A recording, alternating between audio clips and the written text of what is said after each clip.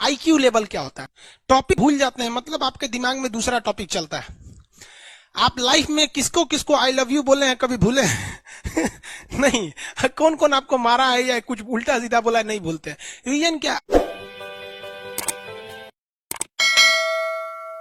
IQ level क्या होता है? इस ब्रेन का सबसे महत्वपूर्ण हिस्सा जो होता है सेरिब्रम होता है।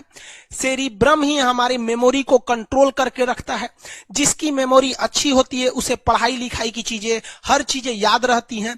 तो इसको नापने का भी कोई ना कोई एक यूनिट होना चाहिए ना। जैसे हम आपको गेहूं देंगे तो तुरंत ही उसको किलो में नापिएगा, चावल देंगे तो किलो में नापिएगा, कपड़ा देंगे तो मीटर में नापिएगा, गैस देंगे तो वॉल्यूम में नापिएगा, एमएल में नापिएगा, लीटर में पानी नापिएगा। उसी तरह से हम कितना देर याद रखते हैं इसको काटेक्स में नापते हैं। जिसका काटेक्स ज्यादा उसको कहते हैं कि ससुरा बहुते इसका दिमाग तेज है, यानी इसका आईक्यू लेवल ज्यादा है। और जिसका काटेक्स यानी याद रखने की क्षमता कम है उसे कहते हैं कि इसका काटेक्स कम है, यानी आईक्यू लेवल इसका कम है। समझ में आ गया कि नहीं आ गया? किसी को दिक्कत? अब हम आपको एग्जांपल देते हैं। आपकी लाइफ में बहुत सारे टीचर आए होंगे।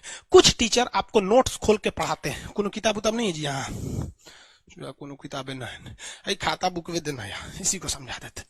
देखो, ये हिसाब किताब वाला किताब है। दिवाली के समय हिसाब किताब फाइनल होता है ना, सबका सैलरी उलरी का। आईक्यू लेवल बढ़ाने के लिए हम आपको बताए भी थे, दिमागीन खाइए, अच्छा रहता है। एक ही तरह की सोच मत सोचिए, अच्छा रहता है।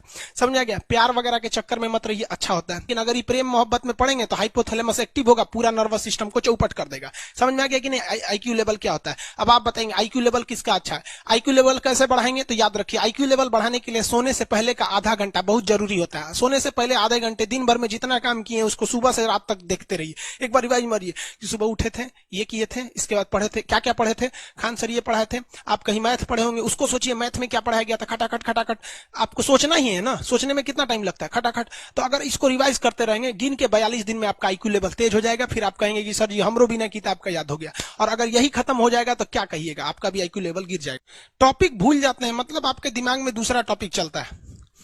आप लाइफ में किसको किसको आई लव यू बोले हैं, कभी भूले हैं? नहीं।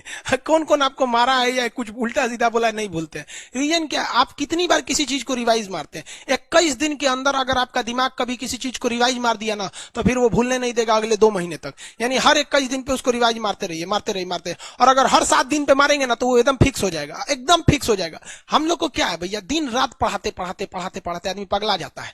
इसलिए अब कोई नींद में भी पूछेगा खान सर स्वायत्त तंत्रिका तंत्र किसे कहेंगे? स्वायत्त में कुछ नहीं आएगा, ये आ जाएगा आपका सिंपैथेटिक और पैरासिम्पैथेटिक, बस यही आ जाएगा। क्यों इतना जल्दी जल्दी जल्दी जल्दी रिवाइज मारा आदमी कि ये हमारा सब कॉन्शियस माइंड में घुस गया है। सब कॉन्शियस, देखिए कॉन्शियस माइंड उसे कहते हैं जिस पर हमारा कंट्रोल रहता है।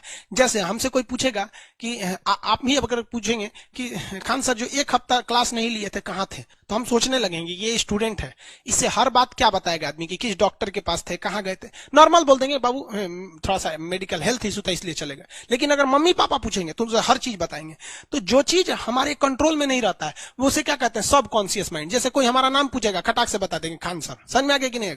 ओरिजिनल नाम तो आपको भी नहीं बताते हम लोग यहाँ पे। तो सब कॉन्शियस माइंड में घुसा दीजिए जो चीज। जैसे आप स्टेशन पे उतरिए या बस स्टैंड पे उतरिए, अपने घर जाने के लिए कभी रास्ता याद किए हैं? हाँ, इसके बाद दाहिने मुड़ना है, बाएं मुड़ना। आप फोन पे बतियाते भी चले जाते हैं। तो जब कभी किसी चीज को बहुत बार रिवाइज मार देते हैं तो वो चला जाता है सब कॉन्शियस माइंड में, फिर आपको याद करने की जरूरत नहीं है। सपना कैसे आता है? जब आपकी नींद अच्छी नहीं होती है तब।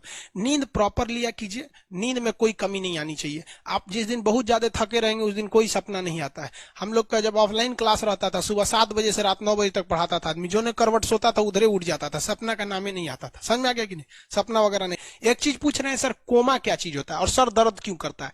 जब भी आपके बॉडी में ऑक्सीजन की कमी आएगी वो चीज दर्द करने लगेगा। जैसे आप दौड़ेंगे तो आप सांस ज्यादा नहीं ले पाते, ऐसे लेते हैं तो बॉडी में सांस नहीं पहुंच पाता और हाथ पैर में आपके लैक्टिक एसिड जम जाता है, जिसलिए दर्द करने लगता है। तो जब कभी भी मेहनत करने लगेंगे या फिर एक दब हो जाएगा तो ब्रेन दर्द करने लगता है। दूसरा, कोमा क्या होता है? ब्रेन हमेशा वर्किंग करते रहता है। अगर वो रेस्ट में चला गया तो उसी को कोमा कहते हैं। अब परमानेंटली रेस्ट में चला गया तो मरिए जाएंगे। बेहोशी में क्या होता है कि ब्रेन और स्पाइनल कॉर्ड का संपर्क टूट जाता है। ब्रेन और स्पाइनल कॉर्ड का संपर्क टूट जाता है तो उसी को क्या कहते हैं, बेहोश हो गया है। पानी उनी छिड़केंगे ना तो स्पाइनल कॉर्ड में उसमें संपर्क जुट जाएगा। लेकिन ब्रेन और स्पाइनल कॉर्ड कामे नहीं कर रहे हैं तो कोमा में चले गए। कोमा को हाफ डेथ कहा जाता है, आधा मरा हुआ व्यक्ति है। जो व्यक्ति कोमा में चला जाता है ना, कोई जरूरी नहीं है कि वापस आएगा ही आएगा, लेकिन बेहोश है तो कोई दिक्कत नहीं, पानी फेंकिए मार देगा। उसको कहते हैं लोग बिहार में, लोग दांत लग गया, फीट मार दिया, पानी फेंकिए सही हो जाता है। अगर तुम लोग नए हो तो सब्सक्राइब करो, वो जो लाल वाला बटन है उस पर ठुमका फेंक के मारो या नलका, मुझे नहीं पता, बस क्लिक हो जाना चाहिए।